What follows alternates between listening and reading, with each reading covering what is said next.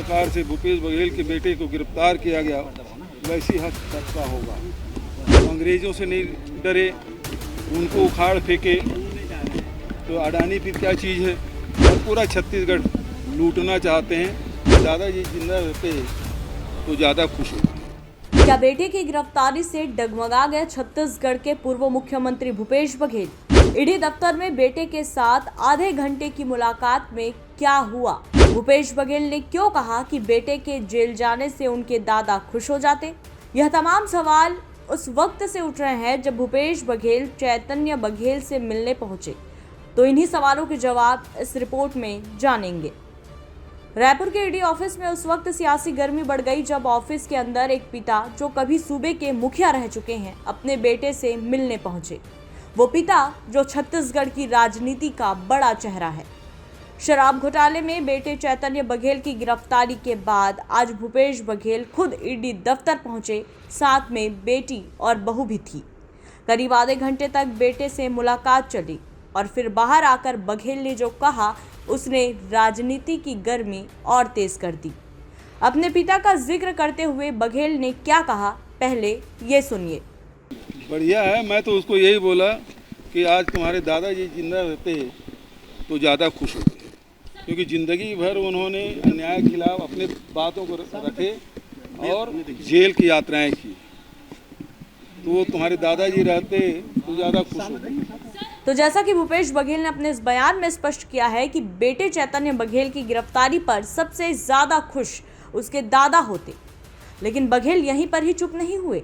इसके बाद उन्होंने केंद्र सरकार और ईडी पर जमकर हमला बोला।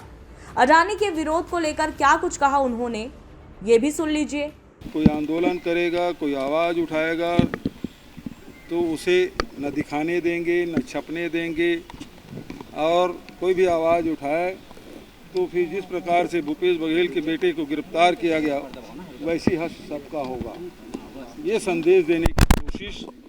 लेकिन कांग्रेस जन तो कांग्रेस जन है, वो अंग्रेजों से नहीं डरे, उनको उखाड़ फेंके, तो अडानी फिर क्या चीज़ है। वो ईस्ट इंडिया कंपनी थी, उसके द्वारा एक कब्जा किया गया था। ये गुजरात की कंपनी है और पूरा छत्तीसगढ़ लूटना चाहते हैं। हम ये होने नहीं देंगे। भूपेश बघेल ने बताया कि जैसे ही चैतन्य की गिरफ्तारी हुई, सबसे पहला फोन राहुल गांधी और प्रियंका गांधी का आया। कांग्रेस पार्टी एकजुट है और 22 जुलाई को पूरे प्रदेश में बड़ा आंदोलन होगा। बता दें कि 18 जुलाई को चैतन्य बघेल को शराब घोटाले में गिरफ्तार किया गया है।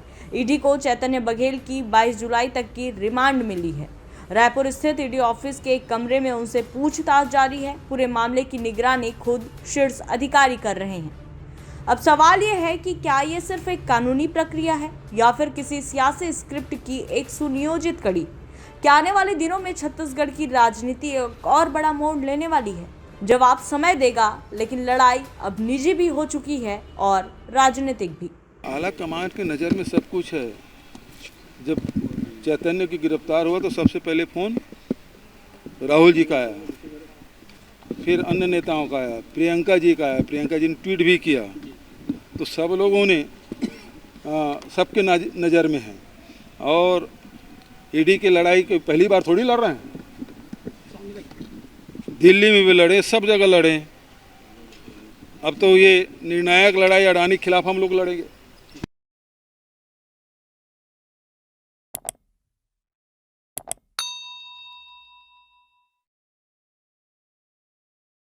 For more updates, subscribe to our YouTube channel nationupdate.in.